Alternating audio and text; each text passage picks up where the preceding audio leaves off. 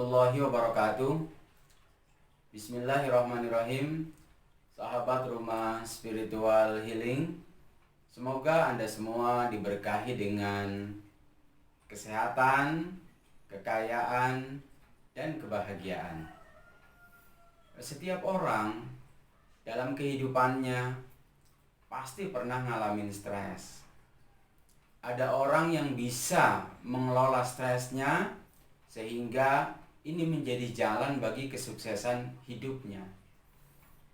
Tetapi juga banyak orang yang tidak bisa mengelola stresnya sehingga orang itu sampai kemudian mengalami tahap depresi. Mungkin kita pernah mendengar ataupun melihat ada orang yang berusaha melakukan percobaan bunuh diri, ada orang tua yang kemudian melakukan pembunuhan terhadap anak-anaknya dengan meracuninya. Ada orang yang berteriak-teriak terus secara histeris seperti kesurupan. Dan itu adalah akibat bahwa orang tidak bisa mengelola stresnya.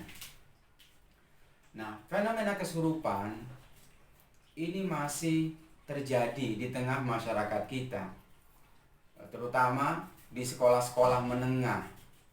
Kita pernah mendengar, mungkin pernah melihat kasus kesurupan massal di sekolah-sekolah. Nah, sepanjang pengalaman saya dalam menangani kasus kesurupan di sekolah, itu sebetulnya bahwa sesungguhnya sebagian besar anak-anak itu memiliki masalah di dalam dirinya. Entah itu masalah dengan keluarganya, entah itu masalah dengan orang tuanya, ekonominya yang keinginannya belum terpenuhi, entah itu masalah dengan teman dekatnya, ataupun ketakutan yang berlebihan bahwa ia akan lulus atau tidak di sekolah tersebut. Nah, itu semua menjadi pemicu terjadinya fenomena-fenomena kesurupan tersebut. Intinya adalah bahwa orang yang mengalami kesurupan seperti itu adalah orang-orang yang memang memiliki masalah. Nah, semua itu sebetulnya terjadi akibat ketidakpercayaan diri, akibat kurangnya keyakinan, akibat lemahnya mental, yang itu dalam bahasa agama disebut dengan lemahnya iman. Sahabat rumah spiritual healing, nah, jika kita mengalami atau menghadapi fenomena seperti itu, pertama-tama yang harus kita lakukan adalah mengenali terlebih dahulu tanda-tandanya. Apakah ini betul-betul kesurupan atau tidak? Orang-orang yang benar-benar itu mengalami kesurupan, coba perhatikan sorot matanya.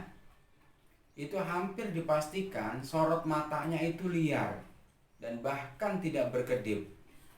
Dia akan berani menatap orang-orang dengan energi batin yang lemah, tetapi tidak berani menatap atau memandang orang-orang dengan tingkat energi batin yang tinggi. Itu pertama. Yang kedua, coba pastikan suhu tubuhnya. Orang-orang yang benar-benar kesurupan itu hampir pasti suhu tubuhnya itu dingin, karena itu adalah pengaruh daripada makhluk halus tersebut. Tetapi apapun itu, bahwa Anda harus memiliki keyakinan bahwa Anda mampu menghadapi atau menangani kesurupan tersebut. Selanjutnya, bagaimana teknik proses penyembuhan kesurupan ini? Pertama, pastikan Anda rileks dan kemudian Anda berdoa kepada Allah Subhanahu wa Ta'ala, mohon berkahnya serta perlindungannya lahir maupun batin. Bagi Anda seorang muslim, bacalah ayat-ayat ataupun doa-doa ruqyah. Sekurang-kurangnya Anda membaca surah Al-Fatihah, kemudian ayat kursi, surah Al-Ikhlas, surah Al-Falaq, kemudian surah An-Nas. Setelah itu, Anda pusatkan perhatian Anda pada titik di atas kepala Anda. Kira-kira di sini hadirkan cahaya ataupun energi ilahi. Anda terhubung dengan energi ilahi berwarna putih terang, terang sekali. Nah, setelah itu kemudian Anda pusatkan perhatian Anda pada titik di atas kepala pasien ataupun orang yang mengalami kesurupan tersebut. Lalu setelah itu kemudian Anda masukkan energi ilahi itu melalui ubun-ubunnya atau cakra mahkotanya. Anda masukkan di situ. Setelah itu Anda tempelkan telapak tangan Anda pada keningnya, pada kening pasien ataupun orang yang kesurupan itu. Sementara Anda mengalirkan energi ilahi ke melalui keningnya, kemudian tangan kiri Anda itu Anda tempelkan pada kepala bagian bawah. Nah, kepala bagian bawah belakang ini posisinya. Anda tempelkan di situ, Anda niatkan bahwa energi ilahi ini mengalir ke seluruh tubuh orang ini dan membersihkan semua gangguan-gangguan ataupun energi negatif pada seluruh tubuhnya. Lakukan itu. Setelah itu Anda lakukan 3 menit sampai dengan 4 menit, kemudian Anda pindahkan telapak tangan kanan Anda, ya. Anda lepaskan tangan kiri Anda dari kepala belakangnya. Anda pindahkan tangan kanan Anda itu pada jantung belakangnya. Anda alirkan energi ilahi di situ, ya, energi kasih sayang, energi welas asih dan sebagainya. Anda alirkan di situ. Lakukan itu kira-kira 3 sampai dengan 5 menit di situ. Sampai kemudian si pasien itu tersadarkan diri.